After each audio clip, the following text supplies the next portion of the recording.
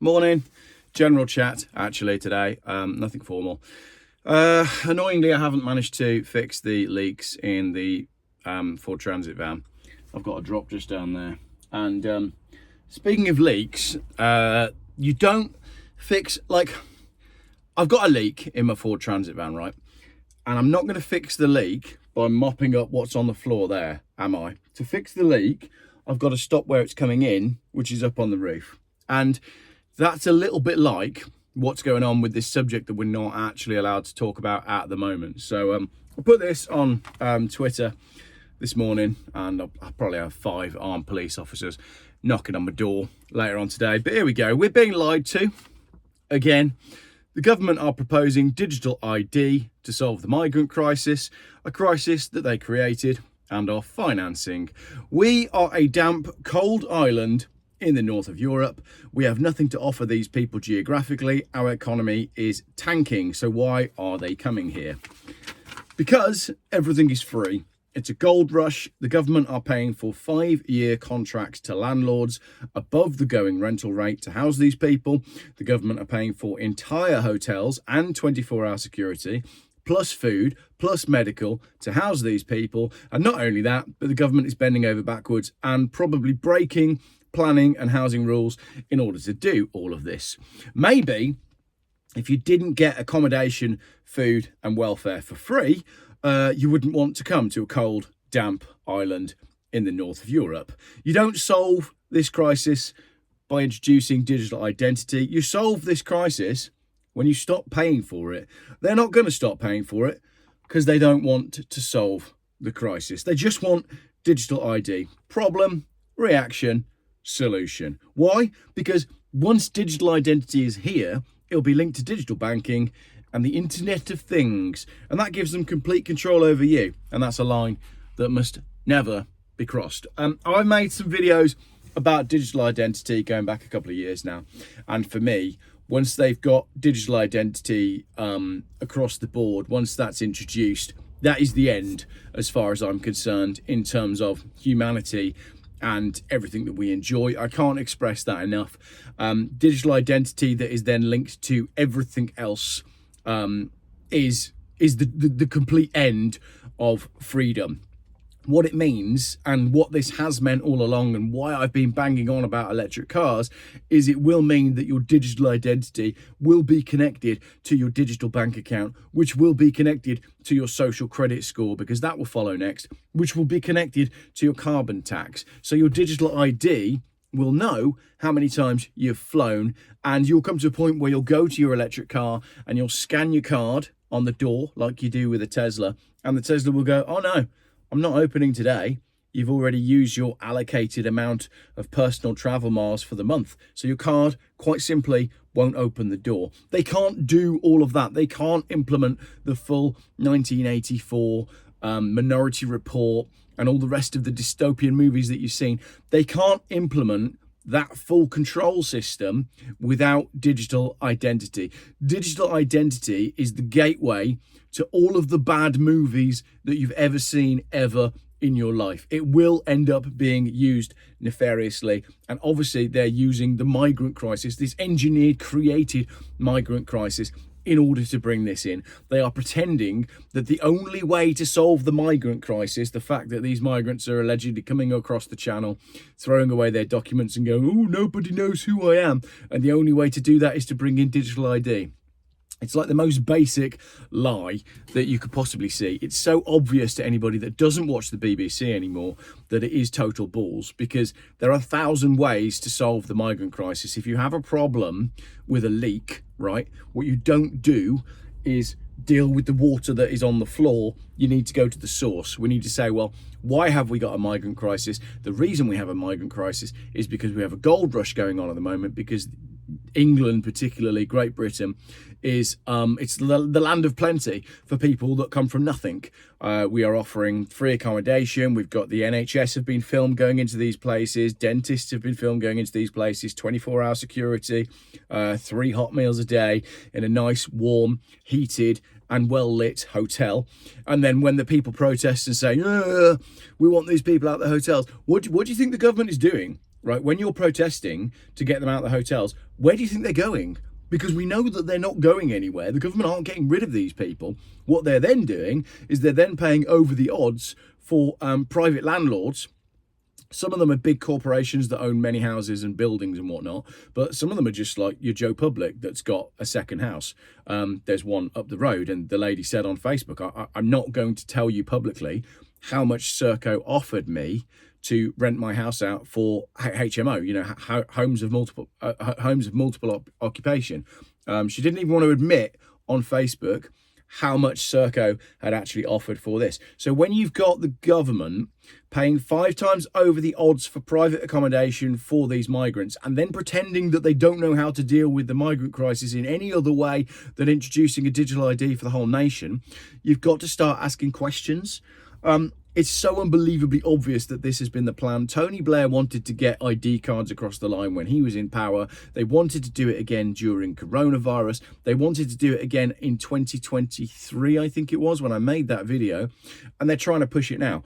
I said last year that what I thought would happen with this whole migrant thing is that this is what they would do, and that the crimes that are committed by these so-called people will get more and more heinous until the people, the BBC watching sheep, will go, you need to save us from what's happening. And the government go, all right, digital ID. And the people will go, yes, that works.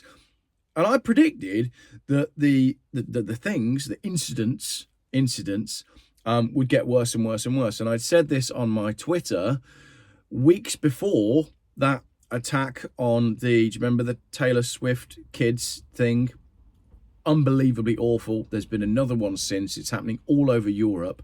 There is an agenda. It is being pushed by people with nefarious aims. And if we're not careful and we're not awake to it, we're going to sleepwalk into a digital dystopia.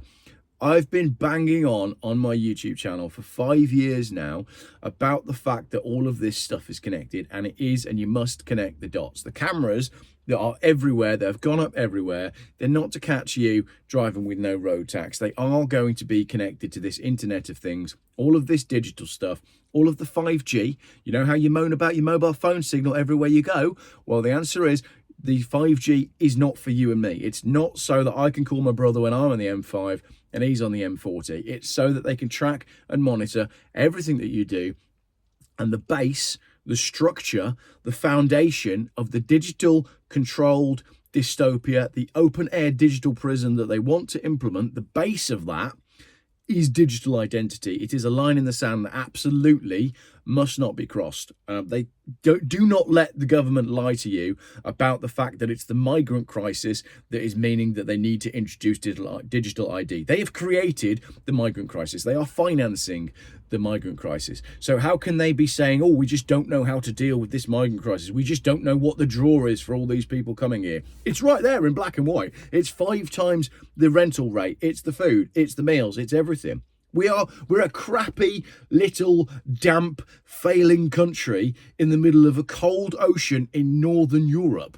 What on earth could we possibly have to offer people that have come from sub-Saharan Africa or indeed the desert? Like, what are they going to do this winter when it's freezing cold? And as I said in yesterday's video, and we've had 100 days of grey, it's literally rained since I said that yesterday on the video. My van's leaking. And as I've said, I'm going to resolve the leaks on the van, not by just mopping up the floor. I'm going to deal with them at the source, which is the root. I've ordered new seals, and I'm going to reseal this roof today. I'm going to stop the leaks from coming into my van, not by mopping up the floor, but by actually dealing with the problem. It's like the equivalent of me drilling a hole in the roof of the van and then saying, oh, the only way that I can possibly deal with the leak in the hole in the van is by building a channel system on the ground that channels the water out of the van. And everyone's going, well, why did you drill a hole in the van in the first place? That's basically what it is. Don't really want to be talking about any of this stuff on the channel. I'm really enjoying doing the car stuff. My transit van's finished, apart from the obvious leaks and the fact that there's spray glue everywhere, because I've done it in a very Geoff way. But it's looking pretty tidy, and most importantly, the kids really like it. My kids really like the transit van. So that's it. That's my general chat for today, because it infuriates me when I'm seeing headlines saying digital ID might be introduced because the government can't work out why there's so many of them here. And then the next headline says that landlords are being paid 5 times the going rate, or being paid five-year fixed rate contract. If you're a hotel owner, right, I don't necessarily blame some of these landlords.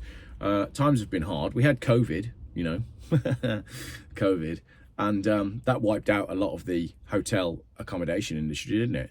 So if then someone comes to you and says, actually, we'd like to block book your whole hotel for 5 years, here's £10 million, or however much that amount might be, it's going to be tempting, because you go, I don't need any staff, I don't need to do any catering, I don't need to do anything. And they've even offered to put the hotel back into the condition that it was in before if these people destroy it, which they probably will.